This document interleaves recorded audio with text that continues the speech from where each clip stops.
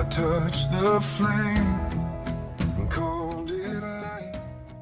You smiled. Why does addiction always start with a smile? Stolen Heaven, Secret Hell, Episode 3. I touched the flame and called it light. You smiled and said, just one more night. There is something in every human being that reaches toward light. We are made for it.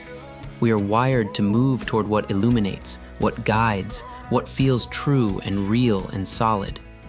When we feel darkness, when we feel a lack, an emptiness, a need that we cannot quite name but cannot ignore, we reach.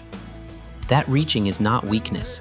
That reaching is one of the most human things there is. It is the evidence of a soul that was made for something more than what this world can offer. The tragedy of addiction, and of habitual sin in all its forms, is that it positions itself directly in the path of that reach. It presents as light. It feels like an answer. In the moment we first touch it, something in us says, yes, this is it. This is the thing that fills the space. The relief is real. The release is real. The sense of the pressure finally going quiet is real. We are not imagining it, and we are not simply being foolish. We felt a genuine lack, a genuine need, and something presented itself as the answer to that need. And in that first moment of contact, it seemed to deliver. But we touched a flame and called it light. And there is a profound difference between the two. Light illuminates, it guides, it shows us the path ahead and reveals things as they truly are. But flame consumes. It draws you in with its warmth and its beauty and its promise of comfort, and then it burns. And the nature of fire is that it does not stay contained to the place you first touched it. It spreads. It takes more than you offered it. It moves into spaces you did not invite it into and makes itself at home there. What began as something that felt like an answer becomes something that is consuming the very life you were trying to fill. This is the experience of addiction in its earliest stages, and it is the experience of habitual sin in every form it takes. We did not reach for destruction, we reached for relief. We reached for something that felt like it might finally address the ache we had been carrying. Scripture tells us in Romans 8:20 that creation itself was subjected to futility, that there is a fundamental incompleteness woven into this fallen world that makes us reach.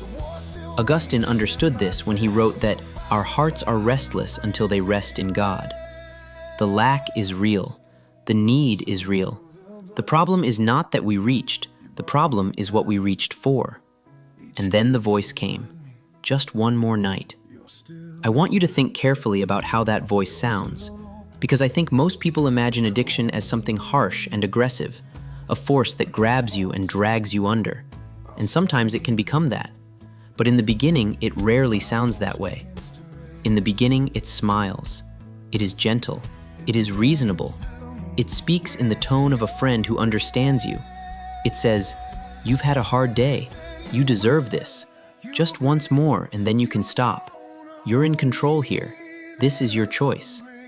That voice might be the addiction itself, the lie that one more time will finally be enough, that this time the need will be permanently satisfied. That after this, you can breathe again and move on. And part of you almost believes it, because in the immediate aftermath, the pressure does release. The instant need does go quiet. For a moment, you can breathe. But somewhere underneath that relief, if you are honest with yourself, you already know. You already know it will come back. You already know this is not the last time. Or that voice might belong to a person.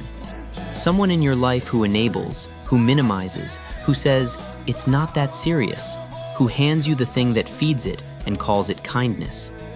The wrong friend at the wrong moment, speaking the wrong comfort. And it feels like a balm. It feels like someone finally understanding instead of judging. It feels like grace, but it is not grace. It is the smile that leads deeper in. As Proverbs 14:12 says, there is a way that appears to be right, but in the end, it leads to death. And Proverbs 16:25 echoes it almost word for word, as if Scripture itself wanted to make sure we heard it twice. The path that feels right, the flame that looks like light, the smile that feels like safety. To those of you watching someone you love go through this, I want to speak directly to you for a moment. What you are witnessing can feel maddening.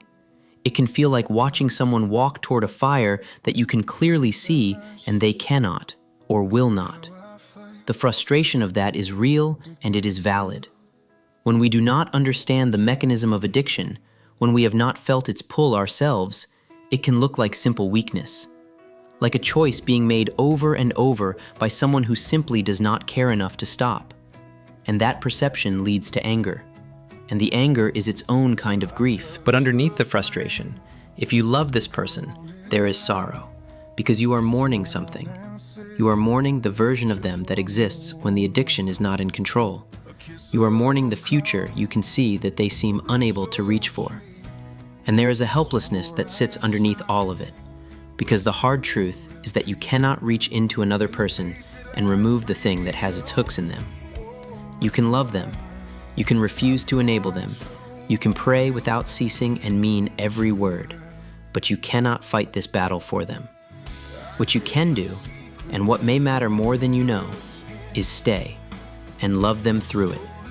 As 1 Corinthians 13:7 reminds us, love bears all things, not enables all things, not excuses all things, but bears them, carries the weight of them, remains present in the middle of them. That kind of love is not passive. It is one of the hardest things a human being can do. We felt a lack. We reached for light. We touched a flame instead. And the God who made us for real light, the one who said, "I am the light of the world" in John 8:12, has not stopped reaching back. Have you ever reached towards something that felt like light and discovered too late it was a flame? Or have you watched someone you love do the same? You don't have to share the details, but if you're willing, let us know you're here. Your honesty might be exactly what someone else on this journey needs to hear today. It's